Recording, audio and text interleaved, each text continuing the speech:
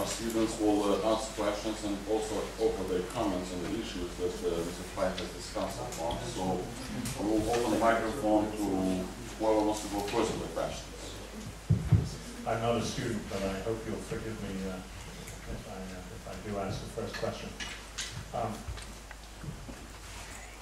On Friday last week in Washington at SAIS, at Johns Hopkins University, there was a forum including Edita Tahiri and Enver Hoxhai on the subject of the talks with Belgrade.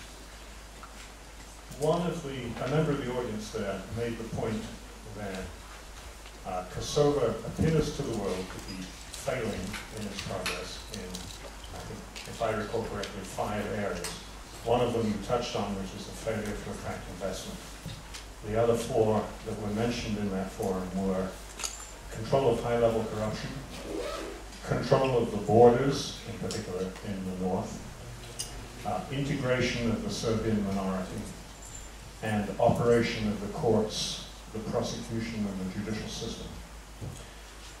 4 of those areas, 4 out of 5, are areas in which EULEX, or the international community, has primary responsibility or ultimate authority. In the light of that, do you believe that EULEX is a success or a failure?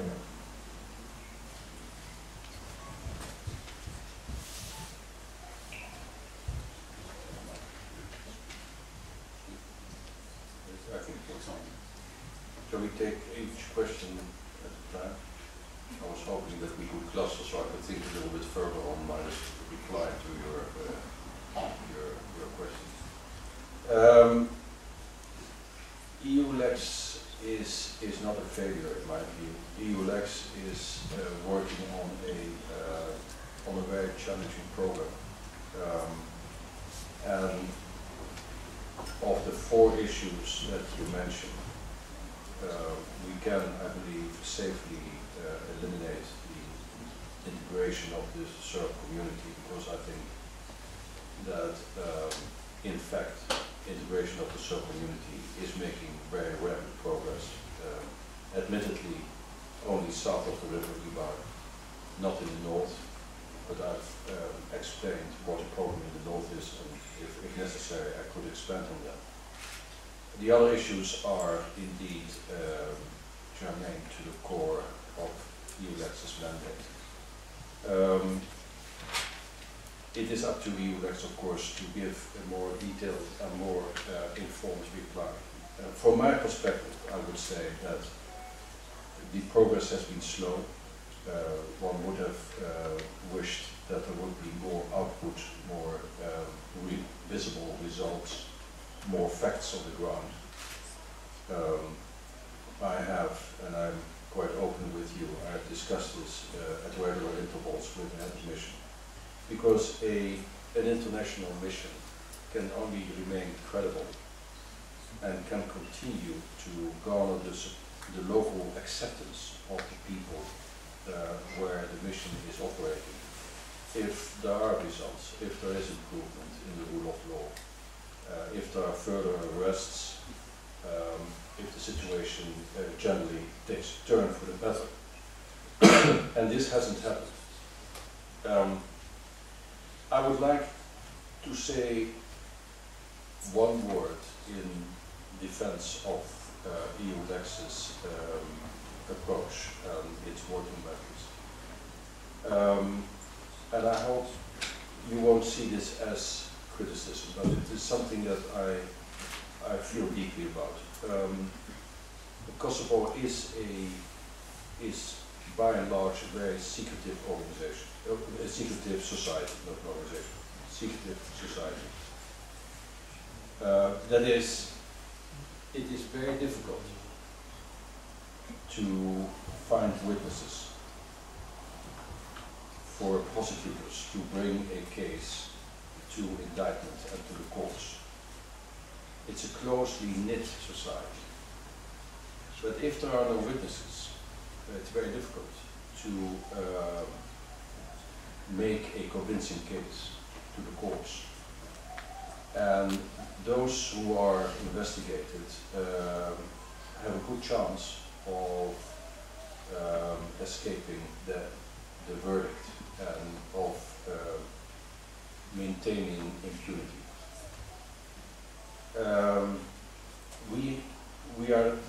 This is also something that we have to bear in mind when thinking about the Marty report. I didn't mention the Marty report during my speech.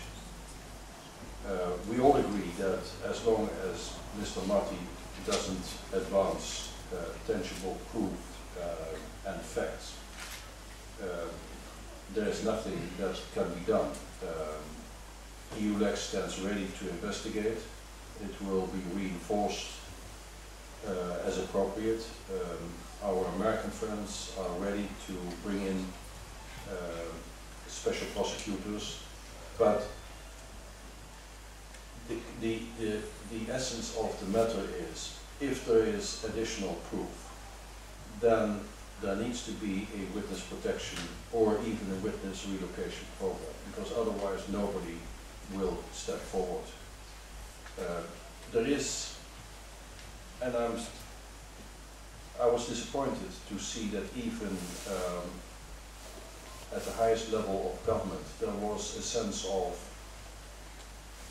threat, of intimidation.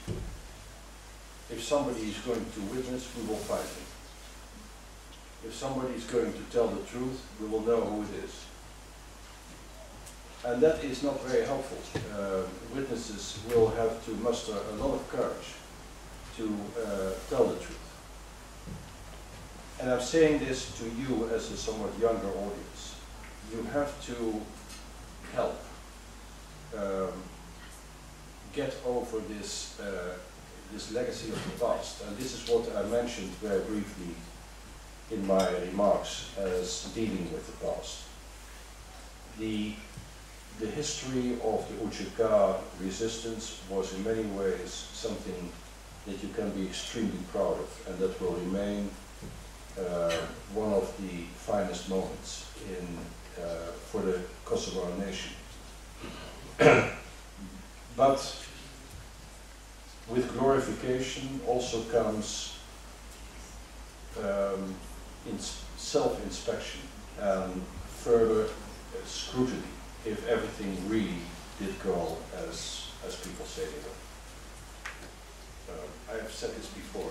We have seen this elsewhere in Europe after the Second World War. We have seen this in France, in my country, where the resistance was active against the occupying forces.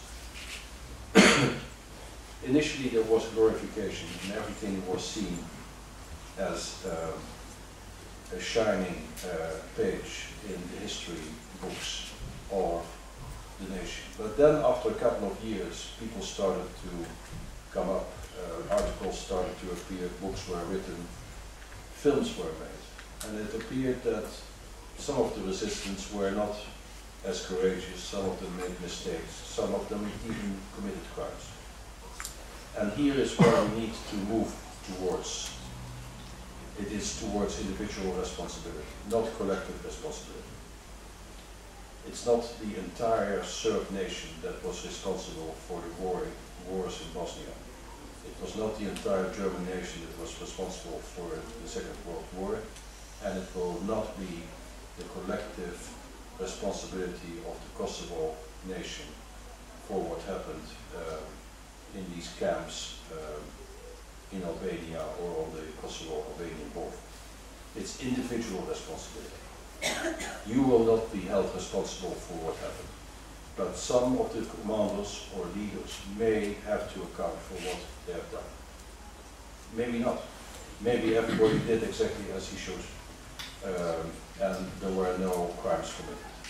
But the more individual responsibility, the less there will be a risk of the whole nation being tainted by collective responsibility. And the more individual responsibility can only come from witnesses stepping forward and telling their story. And that will help the reconciliation in the region and the reconciliation among the communities.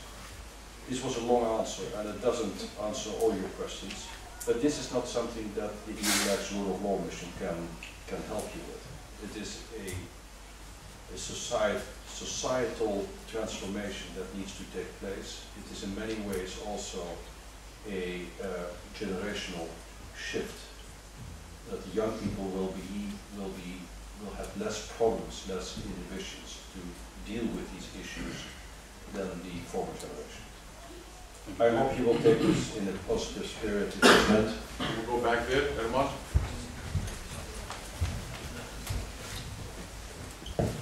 Hi everyone, I'm Pieter, senior. I wanted to ask Mr. Feith about the 50% increase in wages. Will that harm the Kosovo's budget, or it will be able to handle that without further consequences or engaging Kosovo government in any debts or loans that we have to cover? Well, let me first say, again, I've said this before, that the public sector is under-rewarded and underpaid in Kosovo. And therefore there is a need for adjusting these wage levels. Not only because many people are performing important services to the community as a public servant, but also because it will help in the fight against corruption. Because if you don't get enough income to make ends meet,